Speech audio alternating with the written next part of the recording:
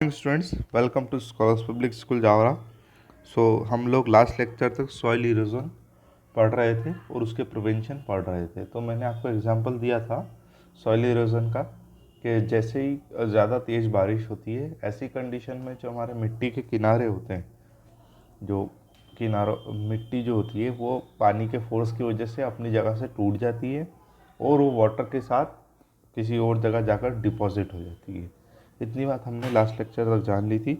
अब देखिए, जो सॉइल इरोजन होता है ये मेनली 3 मेथड से हम लोग जानते हैं। देखिए यहाँ पर फर्स्ट है जो high pressure of running water forces soil leave to its place. मैंने आपको अच्छे से एग्जांपल दिया है कि जब पानी बहुत तेज़ी से आ जाता है, ऐसी कंडीशन में हाई प्रेशर की वजह से जो हमारी वाटर है वो सॉइल को अपने साथ लेकर किसी और जगह डिपॉजिट कर देता है। दूसरी कंडीशन है एक मिनट थोड़ा दूसरी कंडीशन है विंड वाली। विंड में क्या होता है कि जैसे आप लोगों ने देखा होगा रेगिस्तान में जब तेज़ तूफान आते हैं, रेगिस्तान में जो मिट्टी होती है वो एक जगह से दूसरी जगह ट्रैवल कर जाती है। बहुत सी बार ऐसा देखा गया है रेगिस्तानों में कि एक आप थोड़ी देर पहले देखेंगे तो एक जगह बहुत बड़ा मिट्टी का टीला होता है और 10 मिनट बाद देखते हैं तो वहाँ से मिट्टी का टीला ख़त्म हो जाता है। ऐसा क्यों होता है? क्योंकि जो हवा होती है वो उस मिट्टी को अपने साथ लेकर चली जाती है। ऐसी कंडीशन में विंड भी एक सॉइल इरोजन का एक पार्ट है। साथ साथ ग्लेशियर सबसे इम्पोर्टेंट है। क्यों? क्योंकि जो भी आज हम नदियाँ देख रहे हैं, जो हम हिमालयन नदियाँ देख रहे हैं, वो सारी किस वजह से? ग्लेशियर्स की वजह से। ठीक है। ग्लेशियर्स क्या करते हैं, जब पिघलते हैं तो अपने साथ में जो पहाड़ होते हैं, वो पहाड़ जिस पहाड़ पे वो ग्लेशियर्स हैं वो अपनी मिट्टी अपने साथ में लेकर जाना चालू कर देते हैं। ये जो विंड है, वाटर है, ग्लेशियर्स है, ये लोग हम इन्हें क्या बोलेंगे? एजेंट्स। क्या बोलेंगे?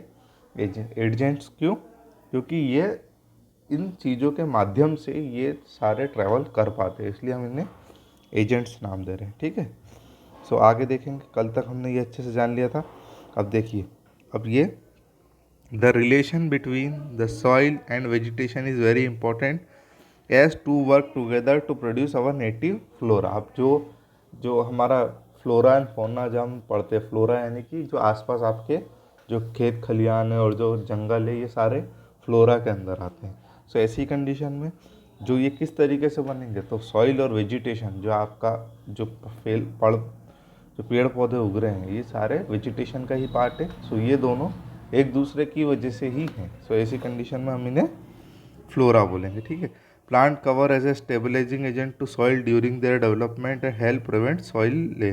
अब देखिए, दोनों इम्पोर्टेंट है, रिलेशनशिप अच्छा है इन दोनों का। इसलिए जो प्लांट्स होते हैं वो मिट्टी का जो कटाव होता है उसे रोकना ज़्यादा अच्छा रहता है। इसका एग्जांपल आप देखें, कभी जैसे बारिश का मौसम चल रहा है, लोग नदी के पास में ही पेड़ पौधे ज़्यादा लगाते हैं। नदी के पास में पेड़ पौधे लगने से ये फ़ायदा होता है कि जो पेड़ की जड़ें होंगी वो जो सॉइल है उसको बांध लेंगी, मतलब उसको होल्ड करेंगी। जो मिट्टी को होल्ड करने के से क्या होगा कि सॉइल का इरोजन नहीं हो पाएगा। इसलिए बोला जाता है कि ज़्यादा से ज़्यादा पेड़ों को लगाया जाए। क्यों? क्योंकि एक तो वो हमें ऑक्सीजन देते हैं, दूसरा फूड देते हैं और तीसरा सॉइल इरोजन में एक हेल्पफुल रहते हैं। अब देखिए, सॉइल इरोजन अच्छा है या बुरा है?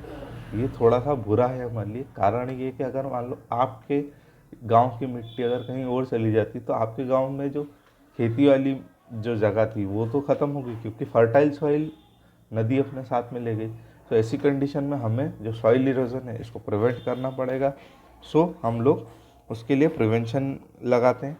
अब प्रिवेंशन क्या है? हम सिर्फ ब्रीफली देखेंगे इन प्रिवेंशंस को, डीप में नहीं जाएंगे।